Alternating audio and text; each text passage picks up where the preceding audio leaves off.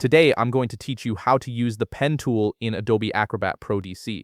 This feature is incredibly useful when you need to add handwritten notes, signatures, or custom annotations directly onto your PDF documents. Let's walk through the process step by step. First, open Adobe Acrobat on your computer and log in with your credentials. Once you're logged in, you'll have access to all the tools and features that Adobe Acrobat Pro DC offers. This initial step ensures that your work will be saved and synced properly. Now navigate to Recent Files. This section displays all the PDF documents you've been working with lately, making it easy to find what you need. From this list, select the PDF file you want to use the pen tool on. Click on it to open the document in your workspace. Once your PDF is open, look over to the left toolbar. Here you'll find various editing and annotation options.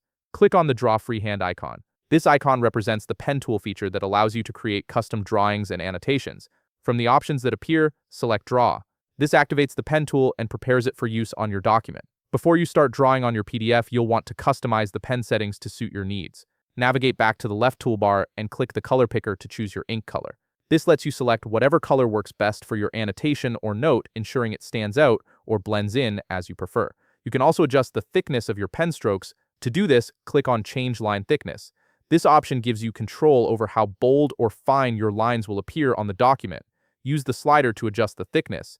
Move it around until you find the right width that matches what you're trying to achieve with your annotation. Now you're ready to use the pen tool on your PDF. Simply click and drag on the PDF page to draw freehand lines or annotations. This is where you can add your personal touch, whether it's highlighting important sections, adding notes, or creating custom markings that help you or others understand the document better.